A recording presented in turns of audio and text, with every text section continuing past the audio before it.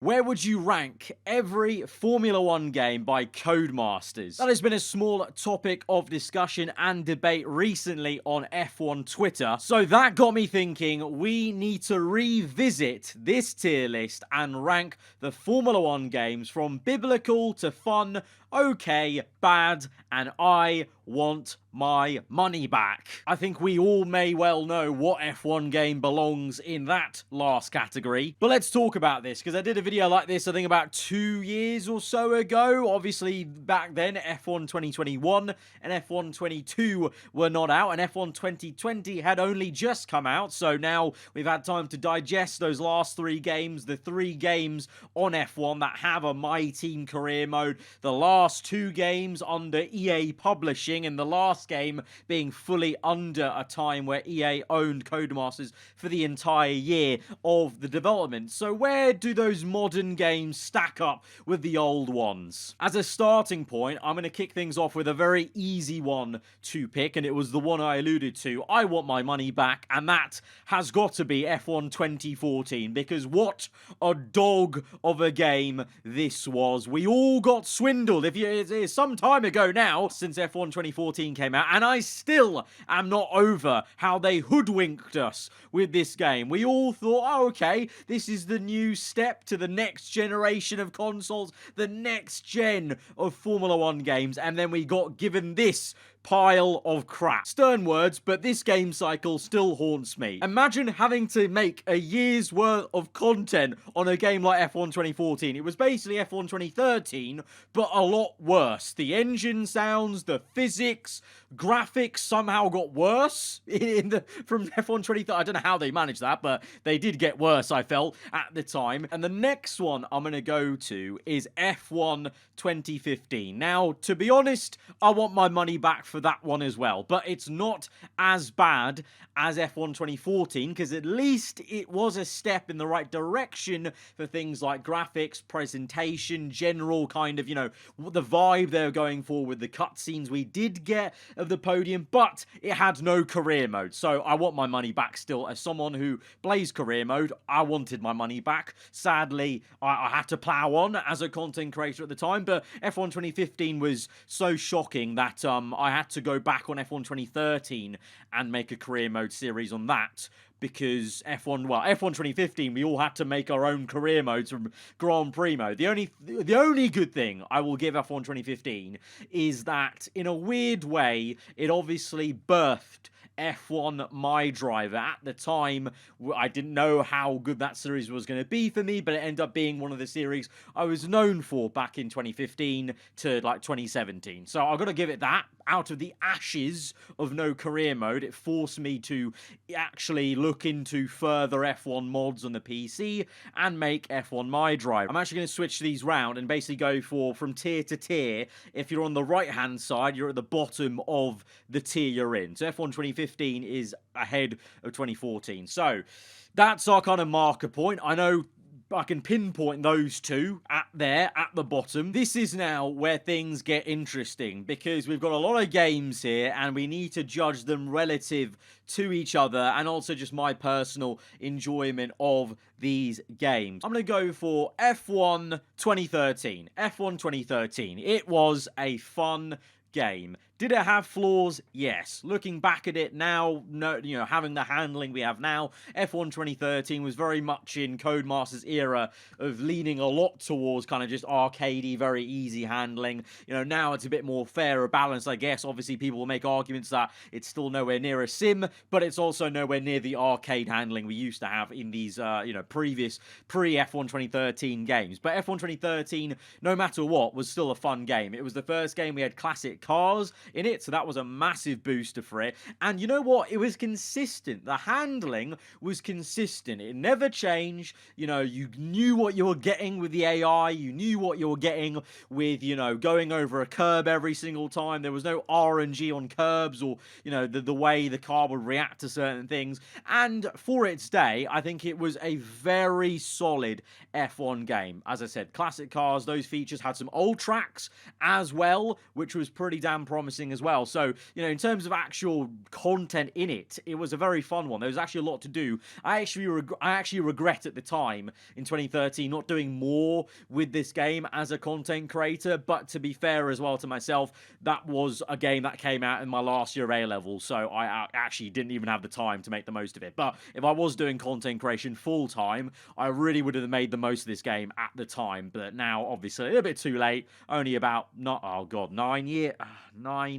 No, it's 10 years now. It's 10. Oh, God. Where's the time gone? I'm going to go backwards now from here in terms of the tiers, but also the game we're talking about. F1 2012, got to put it in okay for now. We'll see about moving it about, but it was an okay game. You know, at the time, it was pretty fun. I actually did quite a lot of league racing on this game, and it was actually still one of the few F1 games I feel actually had a very good tyre wear system where you could actually save tyres properly with some proper smooth driving.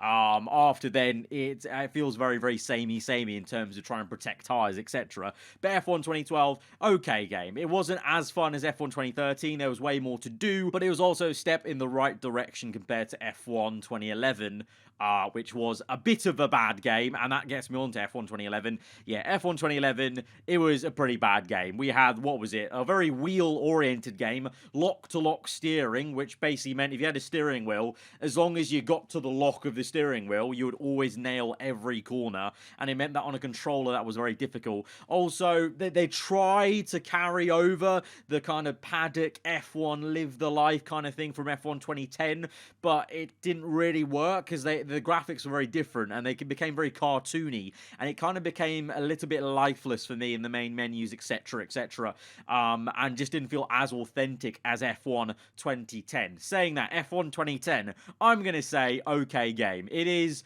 Genesis, the daddy, one of the original F1 game on current gens at the time. Obviously, I know there was F1 2009 by Codemasters, but that was on the Wii and the Wii only, and the PSP, I guess.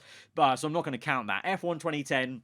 Obviously, all of us have massive nostalgia for this game. If you actually tangibly compare it and go back and play it, you'll understand it's actually not a very good F1 game compared to the stuff we have now in recent years. But as it is, the original, the OG, I can't make it bad. It's just okay. Obviously, with rose-tinted glasses, one could say it's biblical. One could say it's fun. But in reality, compared to nowadays, it's just okay. The AI, they just kill you at every turn. The handling, yeah, you wanted a lot more from it. But the feeling, the good feel vibe of the game was so good. So that's what takes it away from bad to okay. I'm actually going to put F1 2010 ahead of 2012 in the okay category, just because that's how much nostalgia and rose tint can change your perception of things like this. We're going to go for another okay game, and for me it's F1 2017,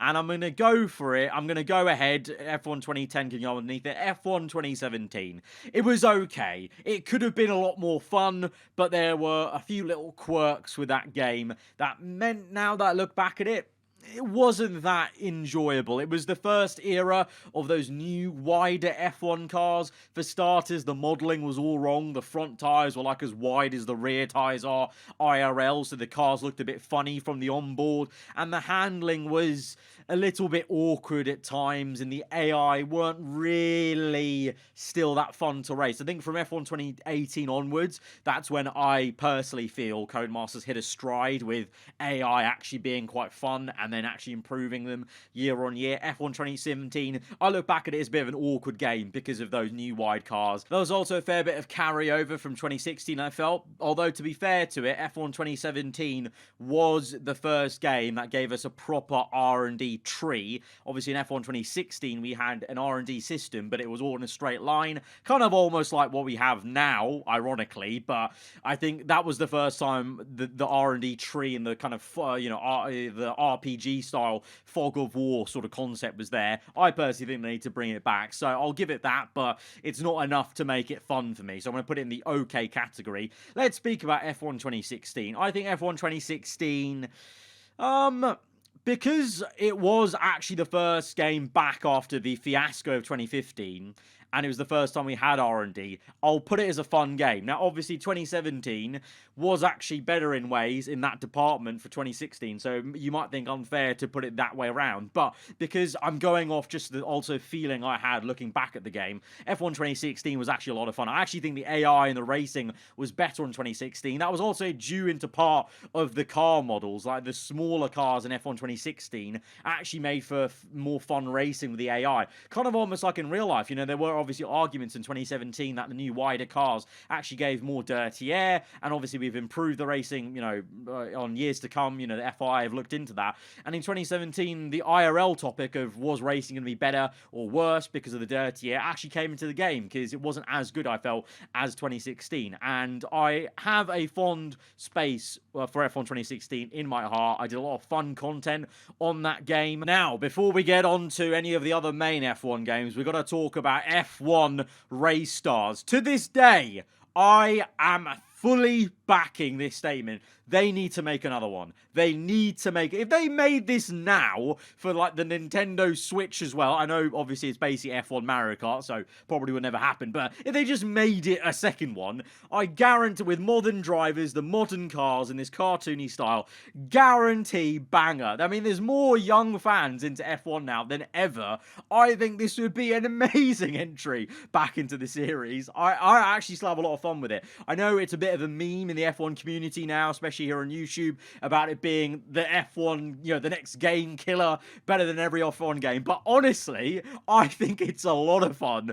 I'm gonna place it. You know what? I'm gonna back my word. I'm gonna put it at the top of fun. It's so much fun. In fact, it probably is biblical, but that would be a discredit to the actual biblical F1 game. So we're gonna put it at the top of fun because it is a lot of fun. Bring back F1 Race Stars, Codemasters, and EA. Now, we're getting to the meaty end of the spectrum, the last couple of recent games from 22 all the way back to F1 2018. So, F1 22, it's the current F1 game.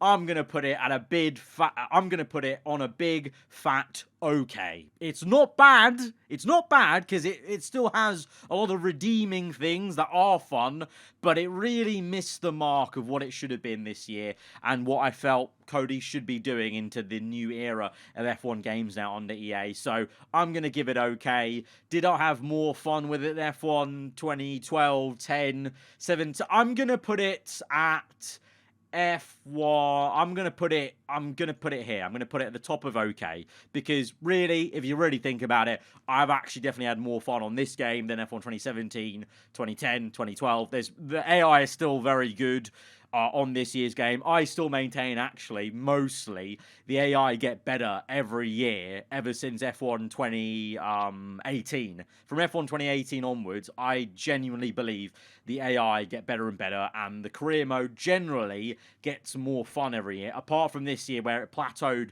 not in the AI department, because there were still a few more improvements. I think you can race them a bit more aggressively on this year, and there's more erraticness, like in real life, I guess, more crazier moments, but in a lot of other ways, obviously, we know that the F1 22 game has plateaued. My team is the same as last year. Obviously, F1 Life was garbage. That was just, I want my money back. That's in my want my money back guarantee, F1 Life. So that's really, there's a lot of different yo-yo bits of F1 22. So I've got to put it just slap bang in the middle. F1 2018 and 2019. These two. I think F1 2018, I had more fun. Then, I mean, I'm going to keep this here just for the meme. So F1 2018 can go there ahead of 2013. I think, I mean, looking back at it, actually, to be fair, 2018 was a bit of a, it was good fun at times, but then it really fell off at the end of the game cycle. Whereas 2013, I think, was fun all year round. Like, I remember still doing online races on F1 2013 right to the end. F1 2018 kind of petered out. F1 2019 was a very solid game, though. Had a lot of fun on that. That was the game, obviously, just before, obviously, the world went upside down a little bit in the next year, and before F1 2020, which I'm putting in the biblical category. F1 2020, obviously the first year with my team, very good AI, a lot of fun, and recently I went back and played F1 2020 for that F1 2007 mod, and I realised the handling is also just so consistently fun. There's no questioning what's going to happen on a curb, what's going to happen with the throttle pedal or the rear end or the power delivery. The AI, they're a bit aggressive. I think 2021 technically has better AI than F1 2020, but I think there are more redeeming features of 2020 in terms of consistency, because there was a bit of inconsistency sometimes with F1 2021. So just to kind of put the meme out there, I'll put F1 race stars up best. And I'm really hoping that for F1 23, that's going to have a new story mode in it. Surely they know they can't do another F1 22 and miss the mark so badly like they did with the last game. So I'm really hoping, at least minimum, we can be putting F1 23 at the top of fun if we were to redo this when that game came out. But obviously, I always hope the next game is a biblical one, always. Obviously, with these tiers in the past, as we, go back the years and the games weren't out yet, there would have been other games I would have put as biblical. So that's why I say at the start of this video, this is all relative to each other, and also just my general memory and enjoyment of the games, what I feel about them in my head. So they are a bit relative. You could definitely think that, 21 or whatever, or some of these older games are biblical to you. To me, this is my relative thinking about it, and being quite harsh also in terms of trying to remove the rose tintness. At the same time, one could say I have recency bias because I've put these two games right up there, but genuinely, I think they actually are very, very, very solid games. If you go back to these older games, which I have plenty of times on this channel, you do quickly realize how much these previous current games have improved on. Apart from you, this F1 22 in the naughty corner. You should have been so much better. So much better. So that is going to be it then for my F1 game updated tier list here with the last 3 F1 games now involved. And I will leave a link down below in the description, guys, so you can go out and make your own tier list and let me know by, I don't know, like tweeting me or whatever, or messaging me on Instagram or whatever about your tier list, and show me what you got, what do you make, where do you rank them, obviously, because everyone's going to have their own kind of little opinions and kind of, soft spots for certain games and enjoyment factors for whatever reason. Obviously, a lot of mine is to do with content I made on those games. For you guys, it might be some online races, league racing, or a certain career mode save that you really enjoyed that year or whatever. So yeah, let me know in the comments below as well where you would rank them, maybe just with a comment as well. If you have enjoyed the video, hit the like button. Let me know what you thought in the comments below. If you're new around here, then do get subscribed for weekly Formula 1 content. I'll see you guys next time. Goodbye.